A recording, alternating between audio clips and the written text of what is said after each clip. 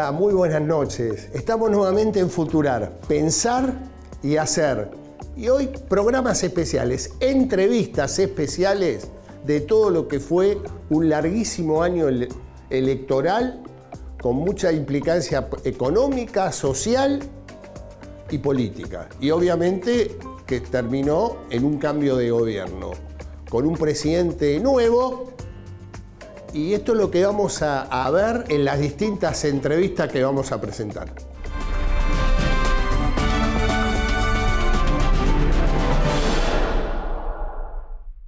Bueno, ya está Carlos Fara en el estudio. Carlos, muchísimas gracias por estar acá. Un placer. Y un poco la idea de la invitación de hoy tiene que ver con el cierre de alianzas, con los futuros candidatos que faltan ya 9 días para el cierre de listas. Pero antes de empezar a hablar específicamente de nombres, una reflexión que se viene dando, fue fuerte en el 21, en las PASO del 2021, que es la abstención. O sea, hoy es una preocupación en este 13 de agosto próximo. Sí, totalmente, ¿no? Sobre todo el 13 de agosto. Teniendo en cuenta que, bueno, sabemos que el nivel de participación es menor que en la general, tiendo a pensar, digamos, de que va a haber más gente que se quede en la casa que nunca, independientemente de que por ahí, digamos, mejora un poco la participación de 2021, pero es un gran interrogante, vos lo sabés bien, es imposible de medir cuánta gente se va a abstener, digamos, en una elección. Y por el otro lado, el tema de, bueno, si bien existe el fenómeno Milei, que supuestamente, digamos, atraería sectores descontentos, despolitizados, etcétera, bueno, hay que ver si eso efectivamente rinde así el día de la elección. Sí, más, pues es que es un poco lo hago como pregunta, pero tomando algunos antecedentes, por ejemplo el Brexit en Reino Unido, donde los sectores jóvenes estaban todos con Europa y no fueron a votar y pasó lo que pasó. O sea, ese voto joven que obviamente manifiesta cansancio, manifiesta bronca, como que se hace. La duda que tengo es, ese 13 de agosto, ¿se levanta, va y vota por Milei? Me parece que ese es el gran desafío que tienen, ¿no? Totalmente, porque primero, efectivamente, recordemos, de 16 a 18, digamos, el voto no es obligatorio. No es obligatorio. Sabemos que más o menos estimamos de que en general está yendo a votar como la mitad de ese segmento 16-18. Es cierto que cuando se producen estos fenómenos así fuertes, ¿no? Así como con mucha carga simbólica, genera digamos, un aliciente a ir a votar. Pero bueno, entre que es las PASO, que es una provisoria, o sea, no estás, digamos, no, en el fondo, entre comillas, no estás definiendo nada. Un público más joven que siempre, digamos, tiene menor nivel de participación.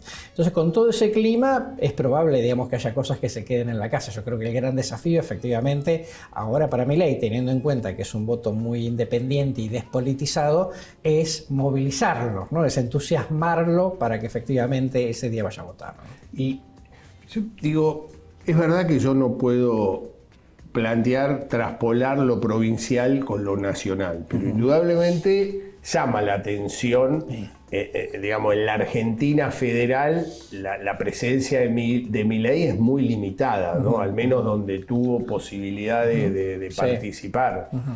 ¿Eso le puede afectar? ¿O es producto nada más del área metropolitana, de capital y conurbano? No, primero no creo que le afecte precisamente porque ese voto independiente, despolitizado, hace lo que quiere, ¿viste? Va a votar si quiere, pero también es cierto que dice, me gustó A, pero si B y C no me gusta, no me siento obligado a votar el proyecto, ¿no? O meter la boleta completa. Entonces lo relativizaría.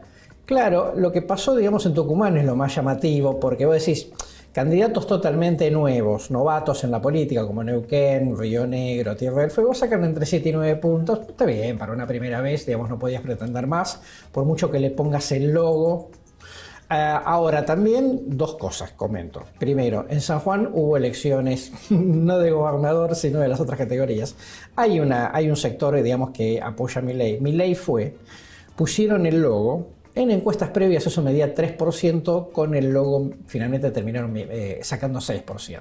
O sea que hay algunos efectos también. Claro, y ahí te agrego el tema sí. San Juan, la pelea entre las distintas tribus Sí, que total. había del león, ¿no? Sí, Te totalmente, digo. totalmente así. Eso, Bueno, y el caso Tucumán era el más raro porque era la primera vez donde había alguien que tenía tanto capital propio, más que Martín Menem en La Rioja. Sí, ¿no? con mucho más historia. Con historia, gobernaron la provincia, tenían más o menos con un promedio de 10 puntos. La última vez habían sacado casi 14 y entonces uno dice, bueno, 14 más Milei, eso tiene que sacar más. Pero lo que pasó fue que la elección se polarizó. Y entonces Juntos para el Cambio, digamos que se había sacado 20 puntos hace 4 años, esta vez saca 34. Es un excelente crecimiento, aunque por supuesto están lejos. ¿Esto qué significa? Si se polariza, el tercero paga los platos rotos. Totalmente. Entonces también es una advertencia, ¿no? Porque no vaya a ser que vos, si querés votar opositor al gobierno, finalmente te polarices, no porque realmente tenías ganas de votar a Juntos por el Cambio, sino porque te pareció mejor instrumento electoral.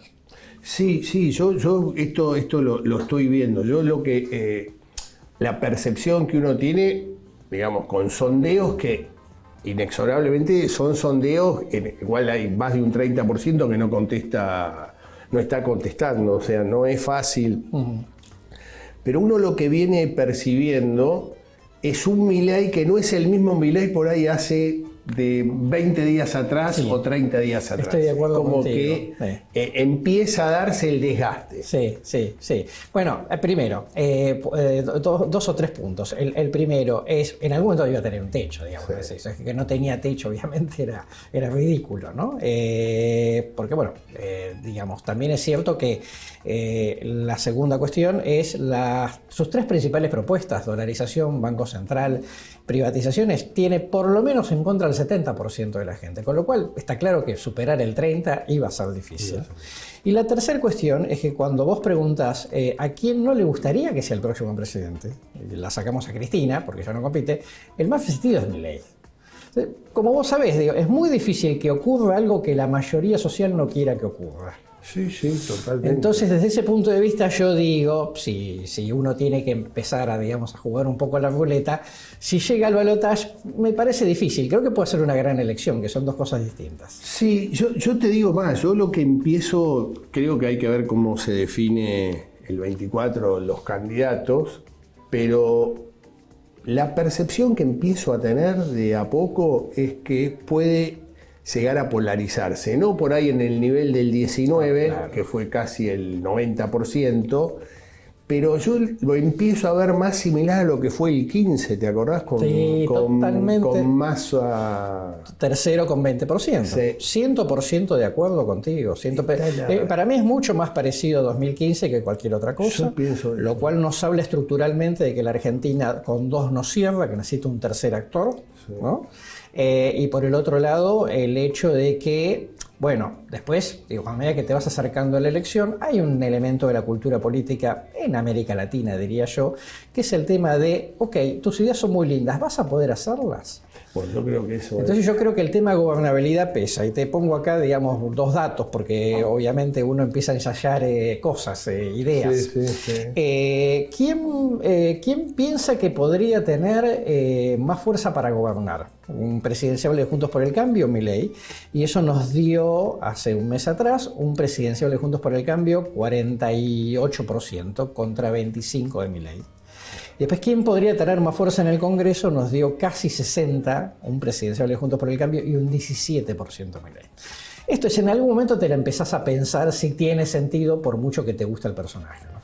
Sí, eso es lo que yo empiezo a percibir, digamos, que había sectores que desde la fatiga, desde la bronca, son todos lo mismo, siempre lo mismo, y votemos a Milei y Dios proveerá. Yo creo que ese Dios proveerá empezó a decir, sí, pero... y digamos con el hecho de que ya también la región, cuando fragmentás tanto político, tenés situaciones como la del Perú o como Ecuador, que realmente generás un grado de institucionalidad... complicadísimo. Muy complicado. Totalmente. Decía hace unos años atrás Manolo Moria Araujo que ojo con que la gente no se saque las ganas en la encuesta, Claro. Y ahí termina, digamos, la revolución. Sí, sí. Pero yo digo, lo que pasa es que las PASO fueron tomando unas PASO, al menos en la oposición, en Juntos por el Cambio, tomó mucha temperatura. O sea que las PASO la van a estar mirando. Y lo mismo si en el Frente de Todos al final terminan habilitando a Daniel Scioli, empieza a tomar temperatura.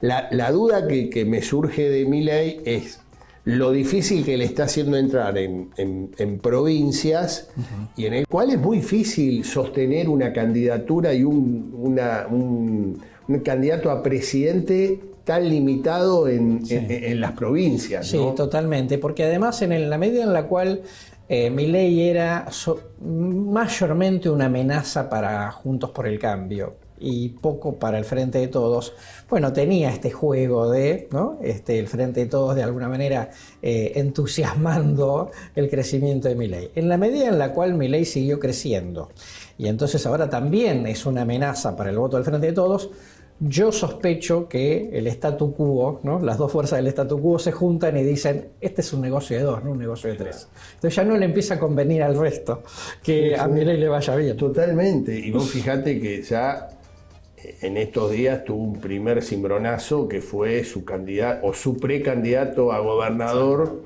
que es el actual intendente de Chivilcoy, dio un paso al costado. O sea, ya empezaron a aparecer situaciones que la casta normalmente tiene y en el cual el hombre la empieza a sentir, ¿no? Sí, totalmente así.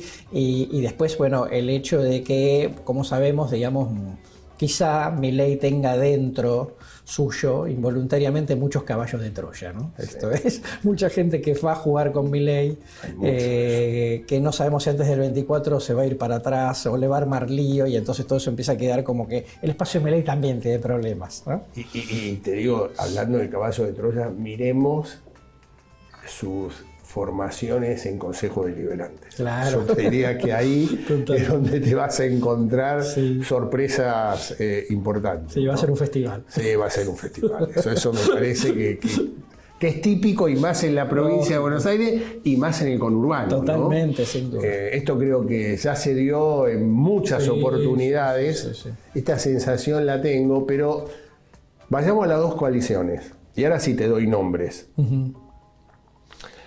Como dos líneas antagónicas, Horacio Rodríguez Larreta, Patricia Bullrich, como que son los, hoy por hoy me parece que los precandidatos más sólidos para alguno de los dos encabezar. ¿Cómo estás viendo eso? Bueno, coincido contigo, me parece que ahora, digamos, viene lo más importante, me parece que es el tema del encolumnamiento de los otros soldados en alguno de los dos ejércitos, ¿no?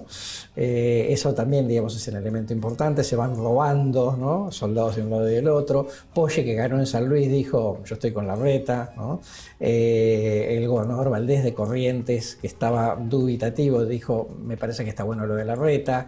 Pichetto, Carrió están con Larreta. Por el otro lado se está quedando sin algunos otros soldados que aparentemente tenía seguro Larreta, digamos, en varios lugares a nivel de intendentes. Me parece que es un escenario abierto. Yo le tengo... Es cierto, digamos, que Patricia llega en mejor situación a este cierre de listas que Larreta en términos de opinión pública, pero te confieso que tengo un temor grande, ¿no? Porque el electorado de Patricia es un electorado más politizado, más ideologizado que el de Larreta. Y como las encuestas nos están subestimando el votante no politizado, yo lo dejo como un escenario abierto, digamos, porque me parece, digamos, que va a estar difícil de predecir hasta último momento. Y después, vos sabés cómo es esto, los dirigentes no son votos, pero influyen.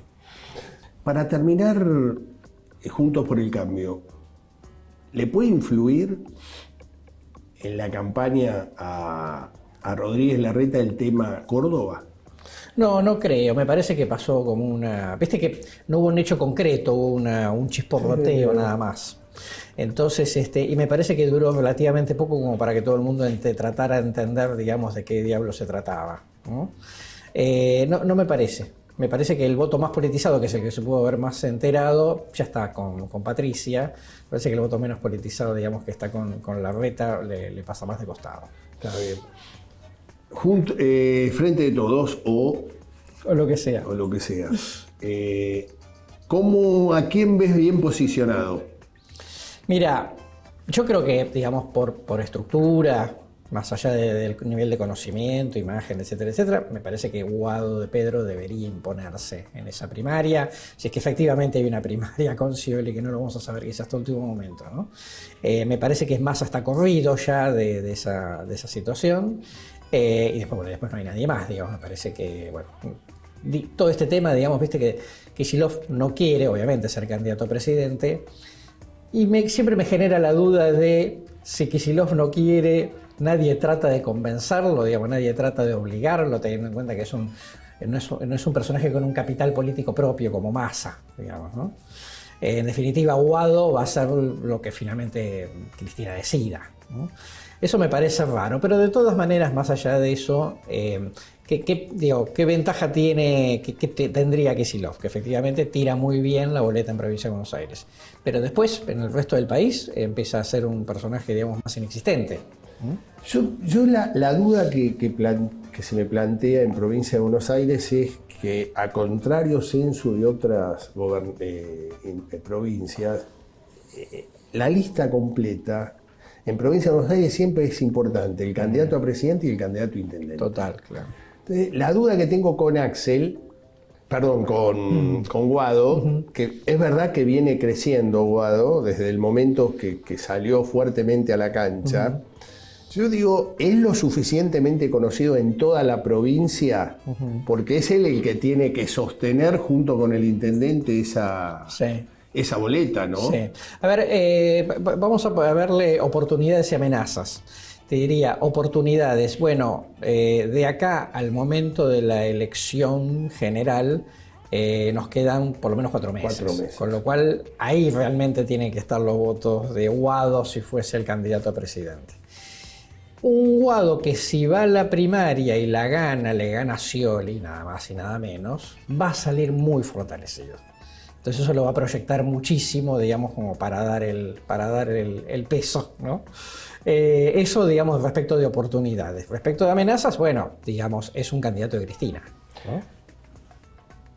Y ahí la pregunta, que son todas, digamos, interrogantes que tengo. Guado candidato a presidente, digamos que el kirchnerismo duro cambia totalmente la estrategia 19, va con un hombre propio.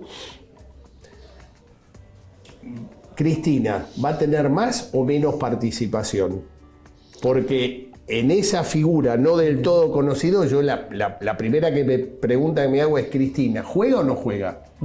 Yo creo que a mí me da la impresión de que Cristina ya hizo, digamos, una campaña inteligente, que fue la campaña con Alberto. Sí. Pero todo el mundo decía, bueno, Cristina se va a correr, va a dejar el protagonismo. Sí, se lo dejó Alberto. Hizo el tema del libro y 2 o 3 cuestiones y después lo dejó Alberto jugar. Un Alberto que, el día que se decide que Alberto sea candidato a presidente, probablemente muchísima gente no se acordaba quién era Alberto. ¿Okay? Entonces, desde ese punto de vista, me parece que Cristina ya hizo una campaña inteligente, como para que después le digan, es la campaña de Cristina, digamos, y Guado queda opacado. Me da la impresión, digamos, de que lo va a dejar jugar y que obviamente, digamos, va a ser su aporte, pero viste que Cristina necesita poner una pizca de sal y ya está bien condimentada el plato. No hace falta, digamos, agregarle demasiado condimento. Eso me parece que va a favor. Baja entre 25 y 30 años la edad de la fórmula anterior. Eso es importante. Es importante. Es una cara fresca. Es claramente el moderado de la cámpora.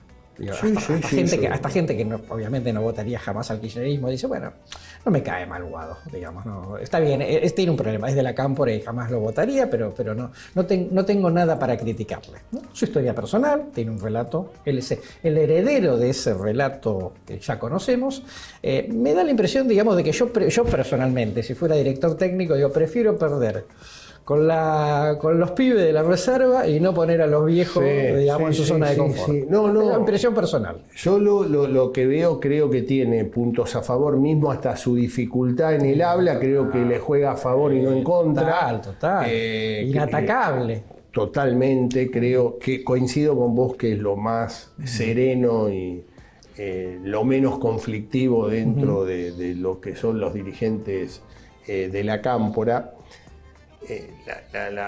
La impresión que tengo es que va a necesitar algún tipo de impulso. Me parece que Cristina ya decidió, si decide esta jugada, es claramente decir vamos con lo nuestro. Creo que aprendieron lo que pasó en el 19, pero me parece que va a tener, no digo como candidata, sí me parece un poquito más de participación para puede que ser. arranque. Después puede ser. Tengamos un detalle, que si efectivamente hay una primaria. Eso lo va a ayudar mucho. Eso lo va a ayudar mucho. Tiene un riesgo también, ¿no? Que esto es, Cristina dice, mi candidato es Guado. Yo creo que Scioli no va a ganar esa primaria, es una impresión personal. Pero de todas maneras... Es un candidato a vencer, ¿eh? Es un candidato a vencer, claro. Sí. Ya solo se quedó en la puerta de la presidencia por solo 700.000 votos, así que es respetable, es muy respetable, indiscutiblemente. Suponete que la elección de todas maneras gana Guado, pero la elección sale 55-45. Entonces el resto va a decir, che, el 45% de Scioli, porque es de Scioli, y el 55% es Cristina. O sea, Cristina ya no tiene el 100 de esto, ni el 70, ni el 80. ¿No? Es un detalle, digo, para pensar en la campaña, ¿no? Sí, totalmente. ¿Y Massa? Massa pensando después del 10 de diciembre, ¿no? Me parece que hace tiempo piensa después del 10 de diciembre que si es candidato único, y entonces yo creo que su cálculo era, soy candidato único, tengo un piso del 30, ¿no? Probablemente, porque más no sea frente de todos, no por Massa. Vamos a un balotaje, saco 40, arranqué con 20 en el 2015, ahora tengo 40, va a decir Massa. Sí. Dupliqué el capital en 8 años, no me discutan, digamos, discutamos. No, yo creo cosa. que Massa está en condiciones, en un escenario donde hoy el cambio es más fuerte que la continuidad, podría también quedarse tranquilamente como el jefe de la oposición, ¿no? Sí, totalmente, pero supongamos que aún así que no lo sea, el cálculo de Massa es con cuántos soldados se queda en el Congreso, en la legislatura provincial, etcétera, etcétera, para decir, en un Congreso tan fragmentado, señores, yo soy garante de la gobernabilidad. De vuelta. La discusión de 2016-2019. Pero aparte te digo una cosa, Massa dando el paso al costado, no siendo precandidato a presidente de la República, te diría también que la negociación con el kirchnerismo y con Cristina va a pedir mucho más de lo que podría recibir. Totalmente, porque eso corre, estás hablando de resuelve un problema. También un detalle adicional, y es que la tropa cristinista particularmente dice, Massa, si Massa gana, en 6 meses nos traiciona. ¿Okay? No tengo dudas. Nadie tiene dudas. Yo no hablo de traición. No, me parece que para la audiencia, digamos, recomendar la lectura del libro Elogio de la traición es excelente. Pero me parece que siempre va a ser un personaje importante de la política, y me parece que con 2 escarbadientes puede ser un desastre. Yo lo veo muy parecido en la acumulación de poder a Néstor Kirchner. Claro, por supuesto. Eso no tengo ninguna duda. O sea, yo lo que sí veo es que me parece que hay mucha gente del Frente Renovador, hablando en off, que lo quieren ver a Massa no como candidato a presidente, sino cumpliendo otro rol, porque creen que el Frente Renovador se puede desarrollar mucho más. Sí, totalmente así. Y te diría que la tropa está muy entusiasmada con el rol del jefe. Sí. Lo cual en estas cosas siempre es fundamental. Yo lo que vi y lo que estoy viendo en la tropa de Frente Renovador, y también hay mucha épica. No lo estoy viendo en el kirchnerismo. Totalmente de acuerdo, 100%. El acto del plenario hubo mucho entusiasmo interno. Esto se ve, creo que estás transmitiendo... Sí. Y aparte creo que Massa logró inteligentemente, como es, y como buen bicho en el buen sentido de la palabra, digo, ¿no? Político, logró instalar la épica de decir, agarré la papa caliente y esto, que Alberto Fernández va a terminar mandato. Sí, totalmente. Yo esta semana compartí en un programa, con el Bajo de Mendiguren. Y bueno, llevó una enorme cantidad de estadísticas de por qué la economía se está recuperando, etcétera, etcétera. Estadísticas que son objetivas, después lo chequé con economistas. La verdad es que tienen algunos argumentos para decir, ojo, es cierto, el 120% de inflación, dice, pero ojo que la economía no está yendo tan mal como algunos piensan. No, yo te digo, por ahí por el trabajo uno recorre, vos te das cuenta que hay provincias que se están moviendo mucho, interior de la provincia de Buenos Aires se está moviendo mucho, esto son realidades. Dicho vulgarmente, hay mucha guita dando vuelta en la calle. Sí, no, esto creo que está, después digamos, me parece que hay situaciones todavía que no pueden terminar de romper el kirchnerismo, pero por rigidez. Está pasando una particularidad que no sabemos si se va a registrar electoralmente, ojo, digo, en las encuestas seguro no se registra, que esto es, viste, como la micro un poco desenganchada del lío de la macro. Sí, ¿no? Porque sí. Con este Banco Central esto debería haber explotado. Y hay mucha gente que dice, no va a explotar esto. Digamos, es decir, la micro va a seguir en una expectativa propia independientemente de los líos de la macro. No, y aparte con una opinión pública, digamos, yo estaba mirando la elección Mendoza, digamos. Ojo. Prima facie, uno decía, Cornejo se quedó con todo. Sí. Y no vieron venir a Petri. Y de pronto Luis Petri hizo una elección notable dentro de ese paso de Cambia Mendoza. Sí, ¿no? yo te diría que es un muy buen ejemplo lo que decís. Primero porque uno podría decir, bueno, Petri que pierde esa primaria, teóricamente, ¿no? Por supuesto haciendo el ejercicio, se junta con los votos de Marchi, que es el que armó, entre comillas, el gran lío y se fue, que sacó 20, se fue y sacó 20, o sea que tenía capital propio. Bueno, si se juntan esos votos, se quedan con la provincia. Total. Probablemente no ocurra, pero se queda. Pero lo que yo creo es que limita el liderazgo absoluto. Yo me animaría a decirte, por ahí me puedo equivocar, que Petri va a ser el primer candidato a diputado nacional por Cambia Mendoza. Es muy difícil que hoy Cornejo no lo tenga en cuenta. No, y además, por lo que decís vos con De Marchi.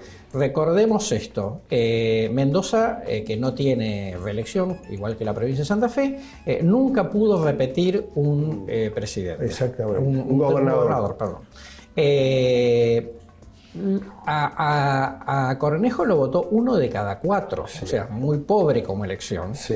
Para una persona que todo el mundo que conoce la política mendocina a fondo decía, después, por primera vez en 40 años de democracia, tenemos como una especie de señor feudal políticamente hablando en la provincia. Que esto creo que lo fue, en el fondo, ese fue el tema que controlaba todo, ¿no? Sí. La legislatura, el gabinete, los ministros del gobernador Suárez lo llamaban a Cornejo para tomar decisiones, etcétera, etcétera. La Tribunal Superior. Totalmente. Entonces, la provincia de Mendoza, que es una de las provincias con más cultura cívica de la Argentina, dice más o menos, ¿viste? O sea, no tanto. Entonces ojo que no pueda pasar una sorpresa. Sí, yo digo, me parece que lo de Mendoza lo traje porque por otro lado lo del peronismo, o sea, realmente ha sido un fracaso. Un desastre, aún conservando podría llegar a conservar varias intendencias importantes. Sí. Vuelve el ex gobernador Celso Jaque a Malargüe, por ejemplo. Sí, por ejemplo. Pero bueno, no es menor. Con un peronismo que quizá, hablando con De Marchi, no sé si no van a empezar a pensar si no hacen una traslación de votos. Bueno, ahora hacemos una brevísima pausa y vamos a seguir mostrando, digamos, y analizando y reflexionando entrevistas de todo lo que fue este largo año de Futurar 2023.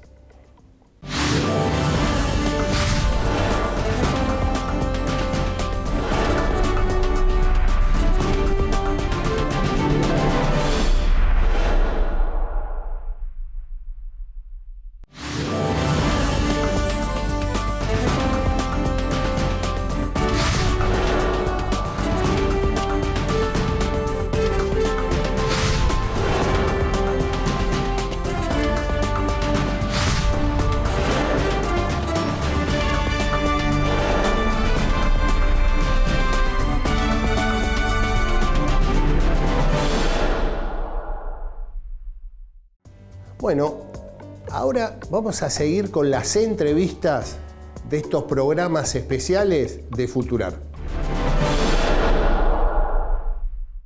Bueno, prometido es deuda. Pablo Giannivelli, muchas gracias por estar acá. ¿Cómo estás, Carlos? Un placer, como siempre. No, muy bien, pero te invité de última porque un poco queríamos hablar de lo que está pasando en Juntos por el Cambio. Claro. O sea, ver qué sucede, cómo sigue, en un momento muy especial, ¿no? O sea, las diferencias se ahondan y hay mucha gente que está trabajando en sentido contrario, de apaciguar, de proyectar y de generar un mensaje. Por eso estás acá. Ah, bien, te agradezco mucho.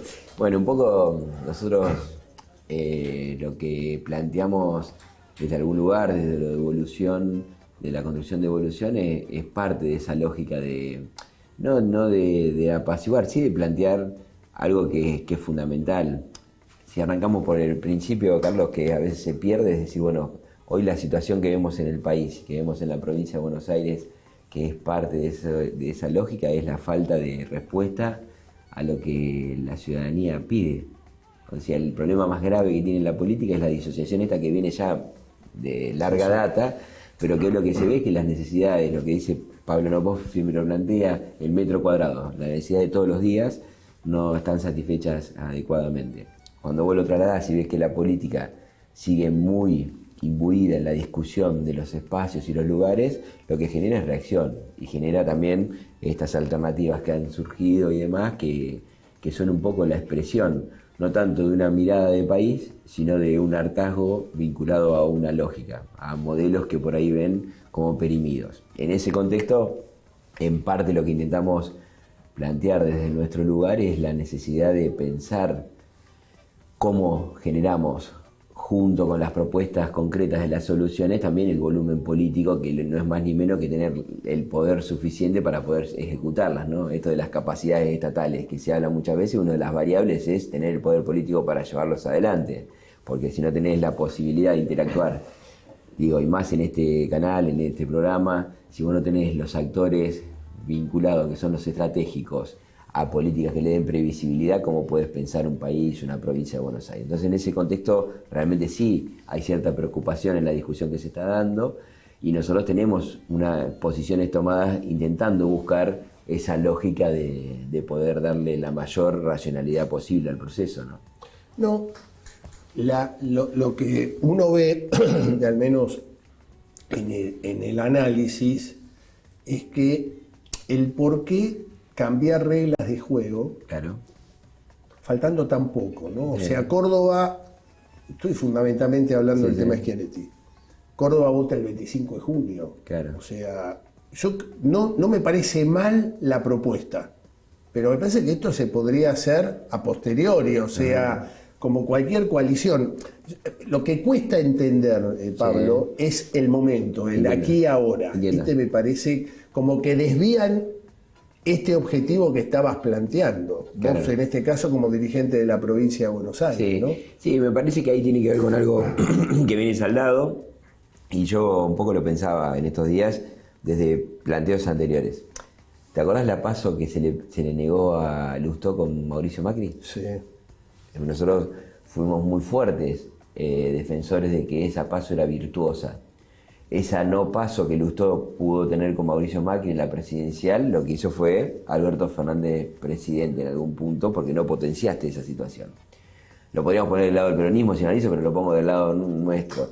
Eso cuando lo vemos hace 2 años en la provincia de Buenos Aires, en la paso entre el Colo Santilli y Facundo Manes, potenció la posibilidad y hizo que Juntos por el Cambio pudiera integrar la diversidad en términos electorales y poder llevarlo adelante.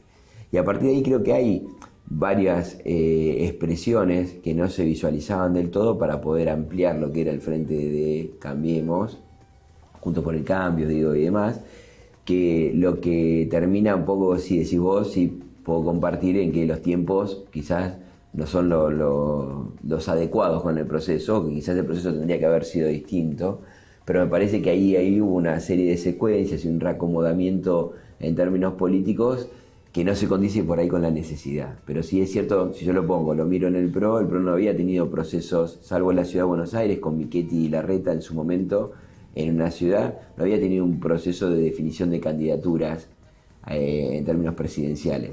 Creo que eso hay parte de aprendizaje que se está haciendo sobre el caminar. Nosotros en el radicalismo, te imaginas que nacimos con estos procesos, entonces tenemos una dinámica en este sentido. Y también se da una posición donde el radicalismo sigue sosteniendo, si bien es cierto que en los números no refleja como quisiésemos dos aspiraciones concretas, que es la de Gerardo Morales y la de Facundo Manes, en términos de competitividad y poder darle volumen a ese frente político. Me parece que ese contexto también influye por ahí en esto que vos rescatás de los destiempos, ¿no? Yo no creo que haya una intencionalidad de autoflagelarse o de poder hacer cuestiones distintas. Yo creo que lo que se va viendo es que esa necesidad que se planteaba casi como una utopía, es mucha utopía la palabra, pero sí como algo ideal que no se podía aplicar, cuando se va avanzando y se ve que se extreman las situaciones, algunos dirigentes ven que está esa posibilidad, y hay algunas decisiones también de otros actores que lo ven a Juntos por el Cambio como una posibilidad de generar un frente distinto más amplio. Ahí está el equilibrio de los tiempos, el equilibrio de las posibilidades, pero por eso te hacía el raconto, porque me parece que si vos lo ves en términos de estos 4 años para acá, habemos algunos espacios que venimos pregonando la necesidad siempre de la competencia, que esa competencia cuando es a partir de propuestas termina siendo propositiva, y que esa competencia lo que hace es hacer crecer al frente específico, ¿no? Poniéndole identidades sin que eso sea una cuestión que esto partido cachol y vale todo, no. Sí es cierto que quizás los tiempos de en este momento, la situación que tenemos en la política y demás, por ahí está generando más ruidos que solución en este proceso, ¿no? Yo creo también, yo coincido en el tema de la competencia. Ahora sí veo que el 2021 no es el 2023, fundamentalmente en tu provincia. Sí. Hoy yo creo que la competencia en Juntos por el Cambio me parece que no suma tanto como sumó en el 21. Es cierto. O sea, yo lo que veo es que la política yo la analizo en contextos. Correcto. Me parece que el contexto actual Es distinto. Tiene poco que ver con el 21. Hoy yo creo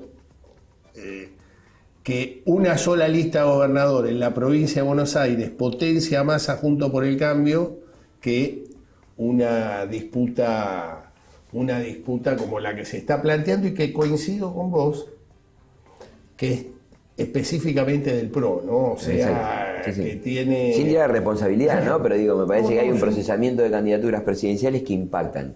Si hablamos específicamente de la provincia de Buenos Aires, yo en particular coincido. Digo, hay una persona que tiene la mejor imagen, que ganó una elección, que eso lo ratificó en el tiempo en términos de sostén de esa imagen, que es Diego Santilli, y que entendemos que esa situación, salvo que al radicalismo nos posibilitasen poder tener candidato propio, debería estar acompañada. Nosotros del radicalismo venimos pregonando la necesidad de potenciar ese radicalismo activo que potenció el frente electoral. No por una cuestión de mezquindad de cargos, sino porque entendíamos que esa era una posibilidad.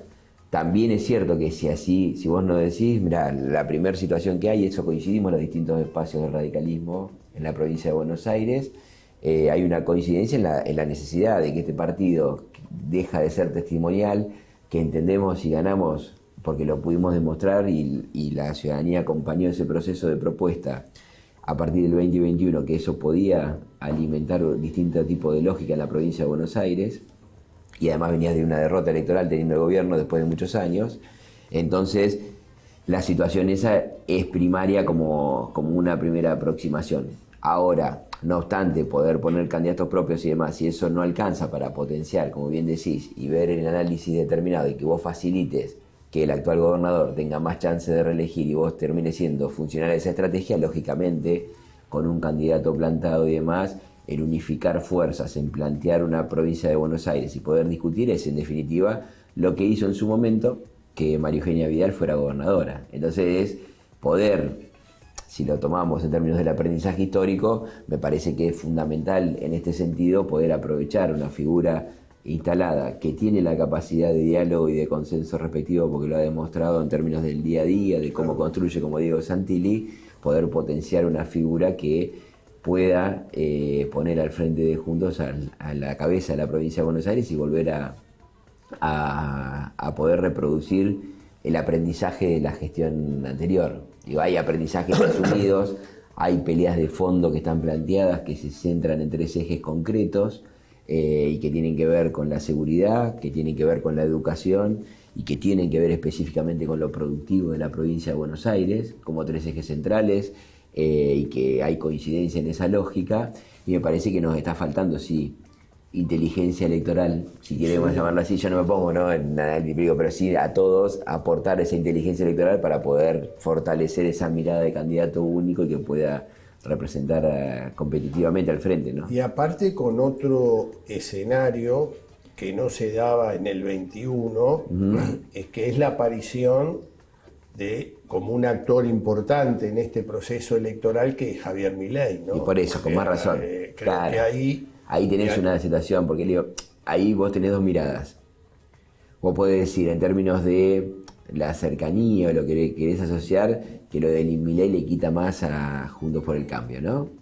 Pero la verdad que lo que termina consolidando es la división de la posibilidad de la oposición a un peronismo que siempre ha sido representativo y ha tenido el bastión en términos electorales en la provincia de Buenos Aires, y vos lo tenés siempre expresado. Cuando eso se fracciona en términos de la oposición, a quien beneficiás es al oficialismo de turno, en este caso a la propuesta de Kicillof. Entonces, en algún punto, con más razón, amerita que piense seriamente, que busquemos alternativas electorales que potencien esa lógica. ¿Bien? Sí, yo coincido que el tema de la ingeniería y la inteligencia electoral en este momento es de suma importancia, porque vuelvo a repetir, es una elección muy difícil, una elección, te diría, que te marca lo que viene en la Argentina. O sea, me parece que hay muchas expectativas puestas, pero yo lo que estoy viendo, Pablo, es que les está costando a todos, no es solamente un problema de Juntos por el Cambio, llegar a la gente. ¿Así? O sea, yo miraba días pasados el acto en Bransen de Axel Kicillof, que una ciudadana se presentó, y el temor que hubo en ese momento, después dijeron que se temía un atentado. Bueno, en definitiva la mujer lo que estaba planteando es educación y salud, que son dos ejes claros de la provincia de Buenos Aires. Por eso digo, lo marco como modelo de esta cosa de la disociación que bien planteabas al principio. Claro. Me parece que la política sigue quedando muy encerrada, muy endogámica, y sin mirar cuando tienen propuesta, porque me consta que tienen propuesta. Claro, pero te hago un ejemplo. Nosotros hoy trabajamos un tema como justicia. Vos decís la justicia, bueno, ves los tribunales y demás. Pero la verdad que el acceso a la justicia tiene que ver con cosas más llanas. ¿Bien? Y cuando ves el conurbano, el 66% de los ciudadanos del conurbano entienden que no tienen acceso a las cuestiones de justicia. ¿A qué le llamamos justicia? A poder solucionar sus problemas laborales. Entonces vos tenés que recurrir a alguien, a un tercero, a poder solucionar los temas de salud. Ni que hablar de la cuestión de documentación, trámites, el Estado y demás. La familia. El tema de familia, violencia de género, un poco lo se pone por afuera porque es un nicho muy fuerte. Entonces vos tenés que el 66% siente que no tiene atención de sus problemas jurídicos. En definitiva es no acceso a derechos. Eso, cuando lo traspolás a otros lugares, o programas que tiene el gobierno de la provincia, que están en informes, el 93% de 30.000 abordajes que tienen en 3 o 4 programas que son vinculados a la justicia, plantea que no tienen acceso a la justicia. Pero no el acceso a la justicia, vuelvo a repetir, en el concepto voy a tribunales y soluciono, no, mucho antes, en términos del Estado interviniendo para poder garantizarte el día a día. Entonces, cuando eso vos lo llevás, si hablamos de la producción, no tengo los datos finos, estamos trabajando con algunas cuestiones puntuales y demás, pero termina sucediendo prácticamente lo mismo. Es decir, bueno, cómo yo invierto, genero condiciones, me planto, después tengo resistencias, trámites, el Estado no logra establecer, digo, cuestiones que yo cuando las hablás, hace no sé cuántos años que las venimos hablando. A mí me pasa eso, ¿viste? Vos hablas de la política pública y bueno, y ahí esa situación es la que genera el hartazgo en algún punto. Es decir, bueno, estamos acá. Ni siquiera digo lo que se paga o no, digo, vos tenés una estructura que tiene que solucionarte problemas. El Estado tiene que poder facilitar para poder acceder a los distintos servicios que tenés para el día a día. Y me parece que esa concepción termina perdiéndose en estas lógicas. Una cosa es lo que bien vos rescatás de la ingeniería electoral, otra es decir, bueno, cómo esas propuestas las podés instrumentar. Me parece que lo que no estamos viendo es cómo construir ese poder real para poder generar las condiciones de transformación que son fundamentales, ¿no? Pablo, los tiempos se empiezan a achicar. O sea, el 13 ya estás a una semanita y el 24 son un poquito más de 2 semanas. ¿Crees? Porque hay inversiones de todos lados. Es más, hoy los diarios de esta semana, muchos hasta se plantean la posibilidad de 2 espacios dentro de Juntos por el Cambio. ¿En lo personal pensás que hay espacio para eso o son las dinamitas que se generan siempre previo a todo cierre, ¿no? A mí me preocupan algunos excesos. En Santa Fe me parece que ha habido algún exceso de algunos de los sectores. Creo que hay límites que no está bueno traspasar en esta lógica de la campaña con el viste, vos que sos un profesional del tema, esta de decir, bueno, meto o hago campaña negativa y demás. Lo de la campaña negativa en algunos extremos me parece que lo que termina siendo es contraproducente, no solo para el frente electoral, sino para la propia política. Y me parece que esos excesos lo estoy viendo en algunas declaraciones, ¿no? Que algún candidato presidencial hable del otro que responden a un actor de otro partido o que digan que alguien está asociado a alguna situación determinada, compleja como en Santa Fe. Me parece que no ayuda, no tiene sentido en esta, y lo que hace es generar mayor beligerancia en términos de la posibilidad del acuerdo. Porque también en términos prácticos, olvídate de cualquier tipo de análisis. Después, cómo vos generás un frente electoral que gobierne. El ejemplo de la interna, la PASO entre Santil y Manes, fue muy respetuoso aún en las diferencias en ese sentido. O por lo menos yo no recuerdo que hubiese situaciones que pusiesen en jaque cuestiones personales o de conductas y demás, sí, visiones políticas contrapuestas en algunos puntos, diversas, digo, eso que me parece novedoso. Haciendo esta aclaración, me parece que después lo que prima en el final, me parece también la racionalidad y la ingeniería electoral y la inteligencia política. Digo, hoy seguir fragmentando una posibilidad de propuesta tiene 2 alternativas. Digo, por ahí alguna dirigente nacional plantea que cuando hablaba, viste que Carrió comentaba de Macri, sí, de que con todo de expresidentes que han sido contraproducentes con lo que es la posibilidad de una sucesión y que terminan boicoteando esa posibilidad. Yo no creo en esa situación. Me parece que hay un planteo en donde hay una responsabilidad más allá de la competencia. Digo, todos aquellos que hacen política, aunque no se vea, tienen una vocación de transformar acuerdo a su visión. Me parece que yo siempre creo en esa situación en el fondo. Y en este sentido, en Juntos por el Cambio, lo que veo es que, más allá de las tensiones y demás, no digo que sea fuegos artificiales. Creo que hay cuestiones que terminan mellando, porque no es gratis las cosas que se plantean, pero sí me parece que o aspiramos, o es casi un deseo personal, que prime la racionalidad en términos de las diferencias, plantearlas donde hay que plantearlas, poder generar las condiciones respectivas y que eso pueda ser una alternativa real para la ciudadanía. Porque en definitiva lo que estamos mostrando es que si no tenemos la capacidad de la discusión previa de un cierre de listas, llegar a acuerdos, ¿te imaginas cuando tenés que tomar decisiones? Es muy complicado. Aparte lo que se ve es que, digamos, el periodismo posó mucho el conflicto en el PRO, claro, en las diferencias del PRO. Claro. Yo lo que empiezo a ver también es mucha diferencia en el radicalismo. O sea, claro. digamos, Córdoba, Santa Fe, Mendoza, Claro. provincia de Buenos Aires, me parece como que Sí. empieza a haber diferencias con el Comité Nacional, ¿no? O sea, Bien.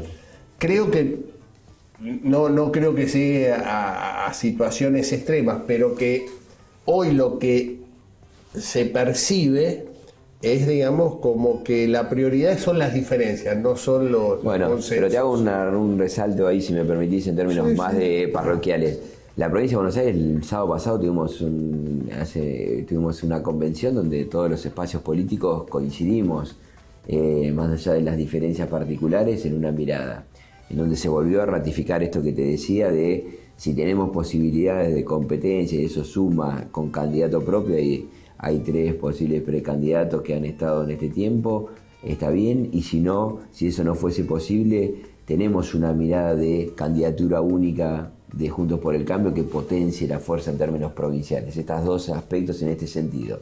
Entonces hay una mirada. Yo creo que Mendoza tiene bastante unificada la construcción del radicalismo. Sí hay una disputa muy marcada en Santa Fe. Nosotros estamos acompañando a Maxi Puyaro, que mostró gestión, que se compromete con la provincia, que viene teniendo una lógica propositiva y una pelea muy rígida con el flagelo del narcotráfico en la provincia, que me parece que lo distingue.